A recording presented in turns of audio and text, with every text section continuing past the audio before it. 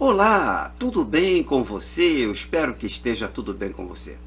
Deus abençoe e estamos aqui para mais um vídeo para falarmos de mais um versículo. Desta vez vamos falar no texto de Mateus capítulo 13, versículo de número 36. E lá nesse versículo está escrito assim: Então Jesus, deixando as multidões, entrou em casa. E chegaram-se a ele os seus discípulos, dizendo: Explica-nos a parábola do joio do campo. Vamos meditar neste versículo deste vídeo. Vem comigo.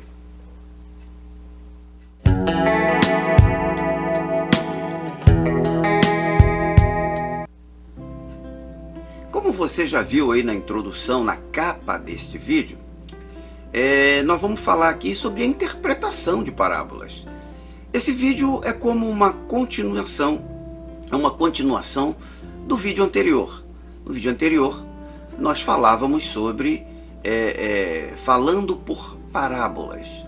E aqui nós vamos falar sobre a interpretação de parábolas. É muito interessante isso, né? Porque veja bem, ao ensinar por parábolas, Jesus ele matava 2 coelhos com uma cajadada só, como se diz na gíria, né? Você dá uma cajadada e matava 2 coelhos. Assim Jesus fazia. E que 2 coelhos eram esses? Primeiro, ele explicava os mistérios do reino de Deus aos seus discípulos. E segundo, ele deixava aqueles que se julgavam mestres e recusavam a sua doutrina, a doutrina que ele ensinava, que ele estava trazendo, esses ficavam sem compreender as mensagens contidas através daquelas parábolas. Assim nós podemos entender que as parábolas de Jesus eram como uma espada de 2 gumes. Se por um lado explicavam os mistérios do reino de Deus aos pequeninos, aos seus discípulos, aos humildes, por outro lado, tinha como alvo ocultar este mesmo mistério ou estes mesmos mistérios dos incrédulos, daqueles que rejeitavam a sua palavra, que rejeitavam a sua doutrina. Como então devemos interpretar essas parábolas? Ao ler uma parábola, como nós devemos encará-la e como nós devemos observá-la para tirar dela a mensagem que ela pode estar guardando para nós? Veja, essa não é uma tarefa difícil, você poderá verificar isso, né? Entretanto, veja só que o próprio Jesus, que ele contava as parábolas, mas ele também ensinou a interpretar essas parábolas, fazendo como? Dando o exemplo, interpretando para os seus discípulos algumas dessas parábolas que ele contava. Daí o versículo de número 36, que os discípulos lhe pediam para que ele explicasse o teor daquela parábola. E a partir do versículo 37 e 38, você vê que Jesus começa então a explicar a mensagem que ele estava passando através daquela parábola.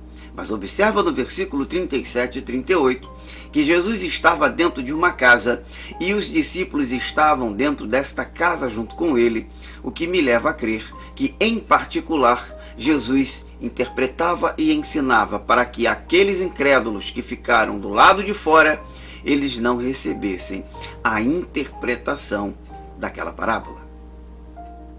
Esse processo de interpretação da parábola, ele contém alguns passos que nós devemos observar. Primeiro, o que buscamos ou o que devemos buscar numa parábola? Primeiro devemos buscar a verdade ou as verdades que aquela parábola está ilustrando. Veja bem, a pergunta encontra-se invariavelmente no início, ou no final do texto da parábola, como, por exemplo, na parábola da ovelha e da dracma perdida, que você vai encontrar no Evangelho segundo escreveu Lucas, capítulo de número 15 e no versículo 10. Observe aí que Jesus está dizendo para os seus discípulos a respeito de um evento que ocorre no céu quando um pecador se arrepende, quando um pecador retorna para a sua origem, volta para a presença do Pai, volta para a presença do Divino.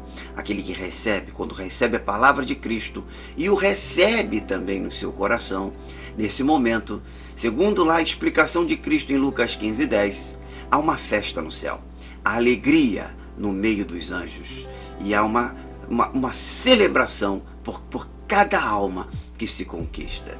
A explicação de uma parábola, há uma pergunta que foi feita, uma questão que foi apresentada e uma resposta no final da parábola. Jesus entra explicando.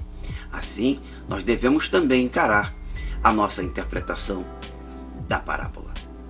Segundo, nós devemos nos ater, devemos nos concentrar na essência da parábola. Toda parábola, ela tem uma essência, ela tem algo de fundamental importância a transmitir para nós, para o ouvinte, para aquele que lê a história. Leve em conta, sempre quando você estiver interpretando uma parábola, os traços principais desta parábola, e não propriamente o cenário que é montado para que esta parábola possa acontecer. Na parábola do filho pródigo, por exemplo, devemos considerar os seguintes elementos. Você conhece a parábola do filho pródigo, né? Se não, depois você procura na Bíblia, dá uma lida. Então, na parábola do filho pródigo, devemos nos atentar a 3 elementos fundamentais. Veja bem, primeiro delas, o pai. O pai que representa o amoroso Deus. Segundo, o filho mais novo, que representa o pecador espiritualmente perdido que se arrepende e volta para a casa do Pai. E em terceiro, o filho mais velho, que lembra o crente inconformado com a misericórdia divina em relação ao filho que volta a usufruir dos favores imerecidos do Pai Celeste. Terceiro, jamais se esqueça de que as parábolas servem para ilustrar doutrinas e não para estabelecê-las. Infelizmente, não são poucos os intérpretes que aparecem com ensinamentos estranhos à palavra de Deus, porque, na verdade, não consideram as parábolas como ilustração, mas sim como se elas estivessem determinando alguma lei de ordem espiritual. As parábolas do nosso Senhor Jesus Cristo continuam tão atuais como nos dias do Novo Testamento. Dedique-se ao seu ensino, tanto para ensinar, como também para aprender aquilo que Jesus está ensinando para nós. Dedique-se a isso, dedique-se com cuidado, com carinho, pois essas parábolas, elas continuam a nos explicar os mistérios do reino de Deus, os mistérios celestiais. Que o Senhor te ajude a estudá-las com um espírito humilde e quebrantado. Eu fico por aqui e agradeço mais uma vez a sua atenção por você ter assistido esse vídeo e por estar aqui fortalecendo aqui o nosso canal. Se você ainda não for inscrito, por favor, se inscreva aqui no nosso canal, deixa também o seu like e assim você vai estar me ajudando a espalhar esta palavra, estas mensagens que Deus tem nos dado. Se foi bom para você, que seja bom para alguém que você ama também. Que Deus te abençoe e conte comigo.